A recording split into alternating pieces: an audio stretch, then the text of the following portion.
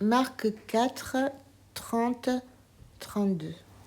Il dit encore, « À quoi comparerons-nous le royaume de Dieu ou par quelle parabole le représenterons-nous » Il est semblable à un grain de sénévé qui, lorsqu'on le sème en terre, est la plus petite de toutes les semences qui sont sur la terre. Mais, lorsqu'il a été semé, il monte, devient plus grand que tous les légumes et pousse de grandes branches, en sorte que les oiseaux du ciel peuvent habiter sous son ombre. C'est étrange que Jésus compare le royaume de Dieu à un grain de sénévé, parce que le grain de sénévé, c'est une graine de moutarde.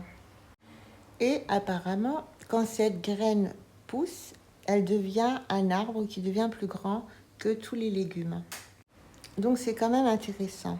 Je ne pense pas que ça veut dire que Dieu n'aime pas les légumes. Mais apparemment, il préfère la moutarde. En gros, il préfère un condiment qui donne de la saveur à la vie. Et c'est pas tellement étonnant puisque le premier miracle qu'il a fait, c'est quand même de transformer l'eau en vin aux noces de Cana. Donc, cet arbre pousse de grandes branches en sorte que les oiseaux du ciel peuvent habiter sous son ombre.